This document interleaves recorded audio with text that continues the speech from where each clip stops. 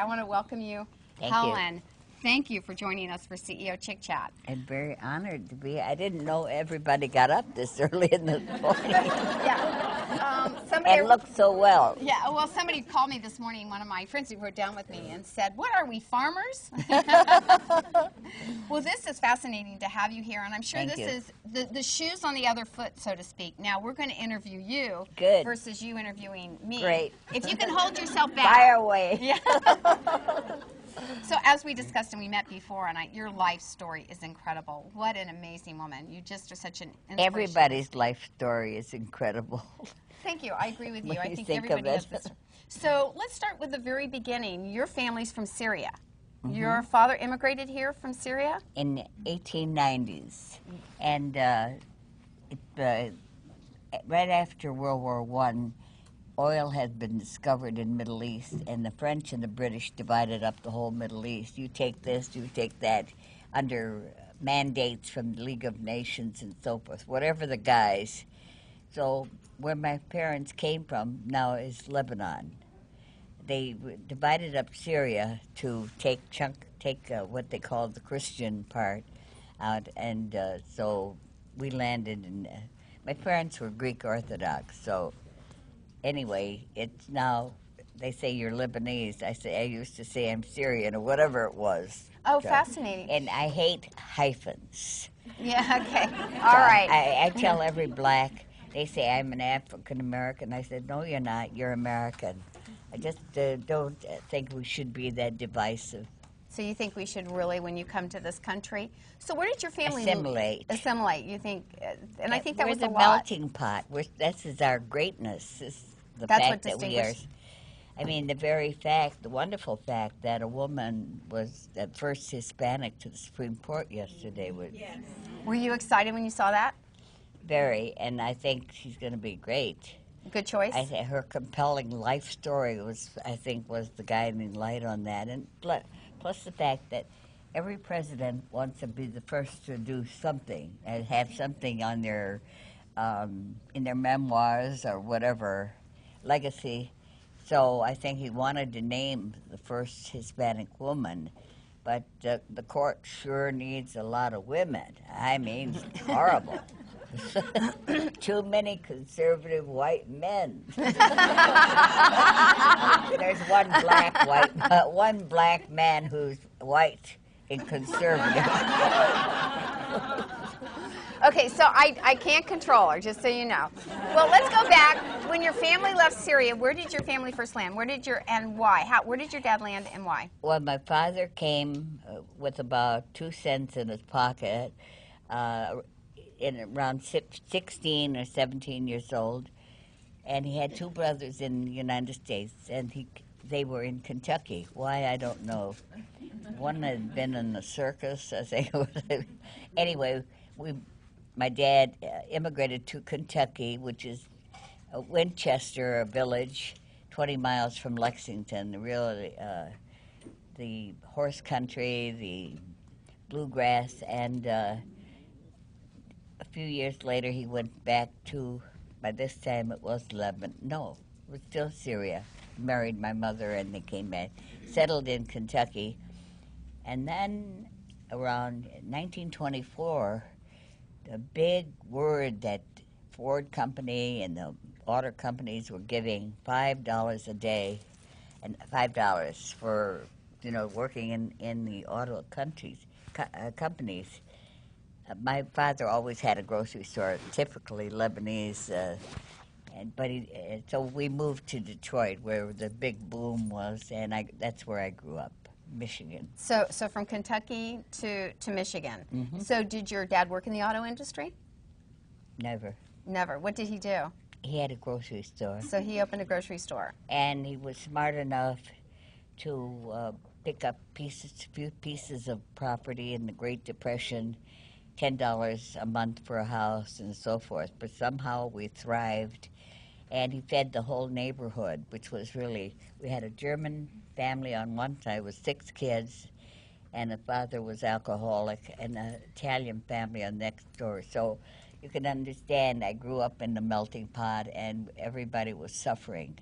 I call this, what we're in now, a depression. Maybe it's not the Great Depression, but I don't think it's a recession. Everybody is affected, every individual and every industry now.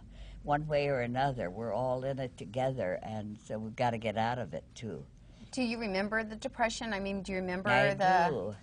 In school, we used to go, and was given a paper bag. I wasn't teacher's pet, but I was one of the little helpers.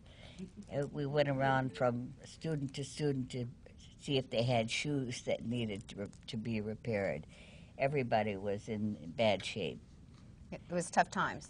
Was your family suffering too, or do you think because he was an entrepreneur? Well, my dad made enough in this grocery store. I mean, not bonanza by any stretch, but we ate and we fed the neighborhood in ways you bring home everything that was, ready to. I think it was a new age of recognition. My dad voted for the first time for Roosevelt with an X mark. Everybody thought that FDR was the great, savior, and he was, in the sense that the whole New Deal took recognition. What was great about the New Deal is that teachers, social workers, nurses, doctors flocked to Washington to try to help and to give something, and they did. Everybody felt they had something to contribute, and I think that Roosevelt certainly made them feel that way with the New Deal, bringing in recognition of the suffering of the elderly with Social Security in 1935, federal deposits, taking care of having a bank holiday, and then reinforcing the regulations on banking, and so everything he did laid the groundwork of our responsibility that we are our brother's keeper, and that you cannot have starvation in this country and people without shelter, and all of these things. That's us.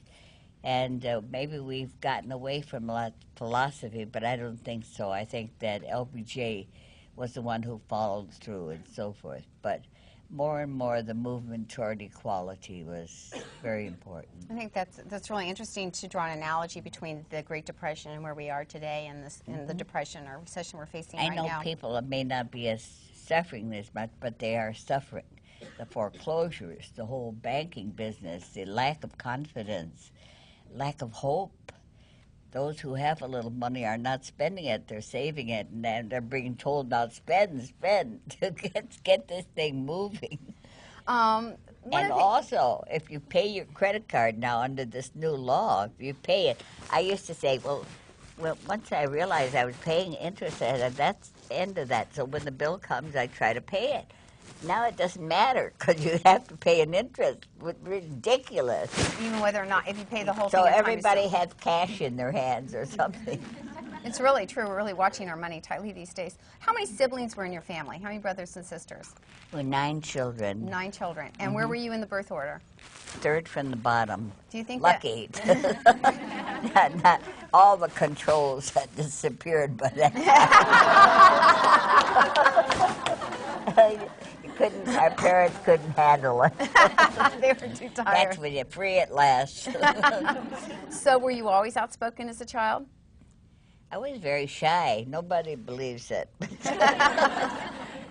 Somehow I overcame these shyness. I said, this president, who is he? I may as well ask him any question I want because he tried so hard. His friends bankrolled him. He begs for votes. And suddenly he gets into the Oval Office and he thinks he's president. What's he thinking? So what began your journey, and I know we kind of talked about this, to discovering you wanted to be a reporter. What did you see your roles? Did you see yourself as having a job or a career, or what did you perceive at that time, your options when you were growing up? I was very nosy. And when I was about 5 years old, a friend came to our house, and I was asking about her clothes and this and that, and he said, "You're so inquisitive." So when she left, I went to my older sister and said, "What did she mean by that?" And I know now, I think that I saw my byline in the high school paper when I was a sophomore. I said, "This is it." My ego swelled, and I thought, I think that I loved the whole ambiance of being on a paper where you can really delve into things. You're really on your own. You have everything rides on you and on your accuracy. And later on, when I went to join the UPI and was lucky enough to get a job, the line was if you had to be so accurate and objective that if your mother says she loves you, check it out. Some days I feel like I should. Right. That's not true. And you're only as good as your last story.